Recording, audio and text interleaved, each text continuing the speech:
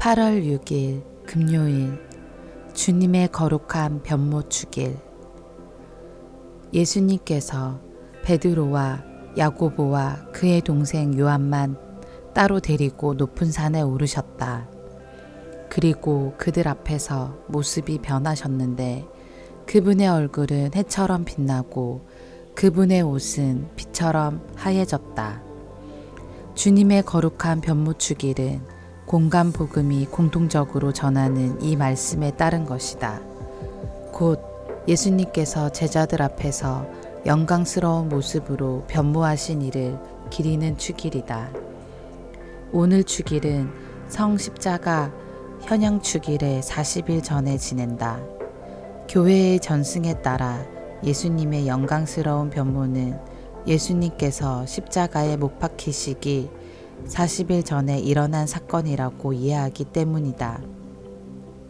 예수님께서는 당신의 십자가 순환과 죽음의 결과인 영광스러운 부활을 미리 보여주시고자 거룩한 변모의 표징을 드러내셨다. 1457년 갈리스토 3세 교황이 로마 전례력에 이 축일을 도입하였다. 본기도 하느님, 외아드님의 영광스러운 변모 때에 율법과 예언서의 증언으로 신앙의 신비를 밝혀주시고 저희를 자녀로 삼으실 것을 미리 알려주셨으니 하느님의 종인 저희가 하느님께서 사랑하시는 아드님의 목소리를 듣고 그분과 함께 공동 상속자가 되게 하소서. 성자께서는 성부와 말씀의 초대.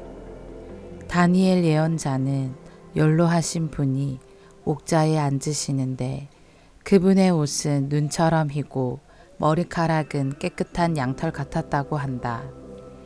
예수님께서 산에 오르시어 제자들 앞에서 모습이 변하셨는데 그분의 옷이 새하얗게 빛난다. 예수님께서는 모세와 엘리야와 이야기를 나누신다. 제1독서. 그분의 옷은 눈처럼 희었다. 다니엘 예언서의 말씀입니다.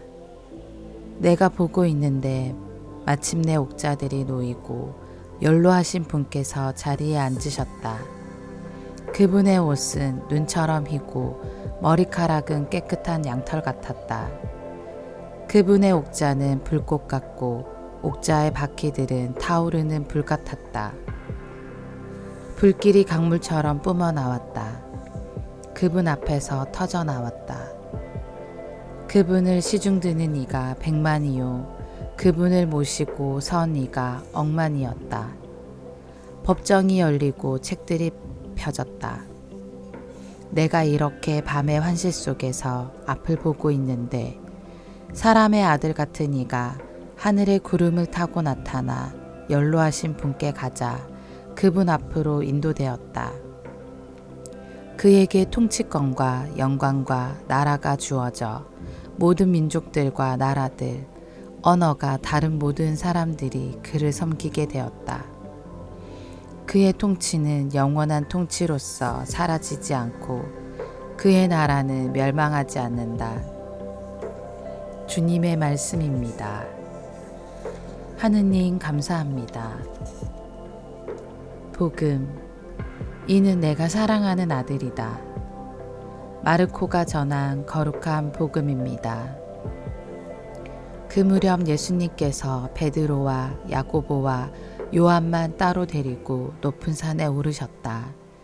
그리고 그들 앞에서 모습이 변하셨다. 그분의 옷은 이 세상 어떤 마전장이도 그토록 하얗게 할 수 없을 만큼 새하얗게 빛났다. 그때에 엘리야가 모세와 함께 그들 앞에 나타나 예수님과 이야기를 나누었다. 그러자 베드로가 나서서 예수님께 말하였다.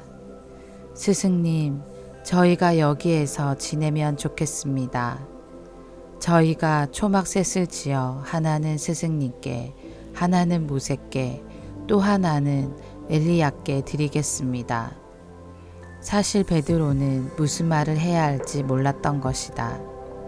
제자들이 모두 겁에 질려 있었기 때문이다. 그때에 구름이 일어 그들을 덮더니 그 구름 속에서 이는 내가 사랑하는 아들이니 너희는 그의 말을 들어라 하는 소리가 났다. 그 순간 그들이 둘러보자 더 이상 아무도 보이지 않고 예수님만 그들 곁에 계셨다. 그들이 산에서 내려올 때에 예수님께서는 그들에게 사람의 아들이 죽은 이들 가운데에서 다시 살아날 때까지 지금 본 것을 아무에게도 말하지 말라고 분부하셨다. 그들은 이 말씀을 지켰다. 그러나 죽은 이들 가운데에서 다시 살아난다는 것이 무슨 뜻인지를 저희끼리 서로 물어보았다. 주님의 말씀입니다. 그리스도님 찬미합니다. 오늘의 묵상. 예수님의 변모 이야기는 예수님의 순환 예고와 베드로의 순환 거부 사건 뒤에 자리하며 예수님의 순환 예고를 더욱 확고히 하는 동시에 사람의 아들이 부활하리라는 것을 분명히 합니다.